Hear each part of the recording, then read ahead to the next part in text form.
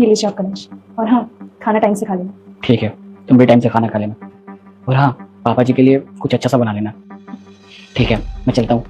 अच्छा बेटा, ध्यान से जाना। ठीक है पापा जी।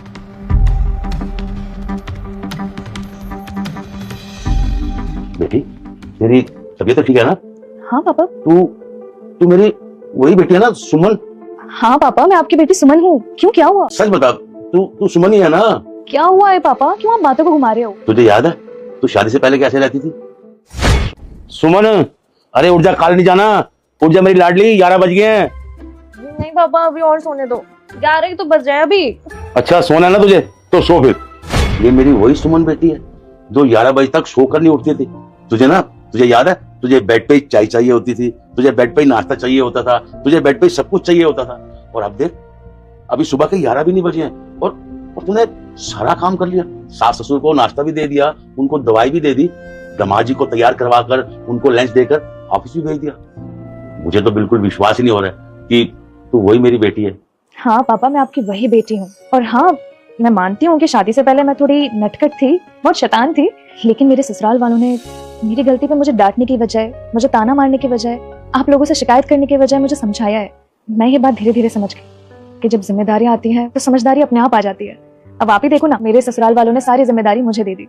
उन्होंने साफ साफ कहा कि ये घर तेरा है, तो तुझे ये घर संभालना है। एक तरफ आपकी माँ डूब रही है और एक तरफ 1 लाख रुपए तो आप किसे बचाओ। मेरी तरह माँ को बचाने वाले लोग वीडियो को लाइक करके चैनल को सब्सक्राइब कर लेंगे और कमेंट बॉक्स में आई लव मॉम जरूर लिख देंगे। तो बस धीरे धीरे कब मेरे अंदर समझदारी आ गई, मुझे खुद ही नहीं पता चला। मेरे सास ससुर ने मुझे बेटी की तरह प्यार दिया है, मुझे वो इज्जत दी है, तो क्या मेरा फर्ज नहीं बनता कि मैं उन्हें वो प्यार दूं, मैं उनका ख्याल रखूं। वो कहते हैं ना, लड़की का जन्म मायके से होता है लेकिन अर्थी ससुराल से होती है।